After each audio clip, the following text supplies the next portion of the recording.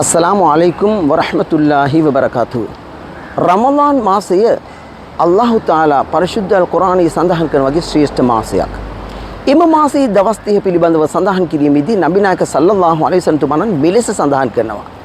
ඒ කොටස් තුනකට බෙදා තිබෙන බවත් පළවන 10 තුල රහමත් නම් අල්ලාහ් තාලාගේ ආශිර්වාදයේ භාග්‍ය පිරිනැමෙන බවත් දෙවන එක අල්ලාහ් තාලාගේ මග්ෆිරත් නම් පෞකමාව අයදී අල්ලාහ් අභියස යහපත් පුද්ගලයන් වීම සඳහා තුන්වැනි 10 වන අවසාන 10 ඉතිකුම් මිනන්නාර් නිරයෙන් නිදහස් වීම උදෙසා අල්ලාහ් තාලාගෙන් අප අයද ඉල්ල සිටීමට අවශ්‍ය බවත් ඒකෙදි සඳහන් වෙලා තියෙනවා.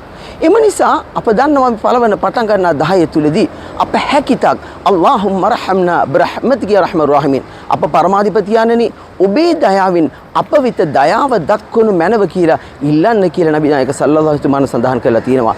එම නිසා පළවන 10 තුලදී අප අල්ලාහ් ජල්ල ශානුව තාලාගෙන් යා අල්ලාහ් පරමාධිපති යන්නනි ඔබේ දයාවෙන් අප වෙත දයාව දක්වනු මැනව අපට ආශිර්වාද කරනු මැනව අපි සියලුම සවුම් නම් වූ උපවාසයන් පිළිගෙන කරුණව දක්වනු මැනව ඒ වගේම යා අල්ලාහ් යහපත උදෙසාම සැබෑ දේව බිය භක්තිකයෙන් වීමේ වාග්ය අපට උදා කර දෙනු මැනවයි අප ප්‍රාර්ථනා කිරීම ඉතාමත් අපට අත්‍යවශ්‍ය වෙලා තියෙනවා.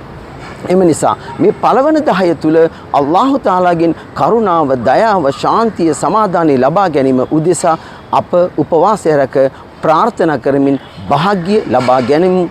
وآخر دعوانا أن الحمد لله رب العالمين والسلام عليكم ورحمة الله وبركاته.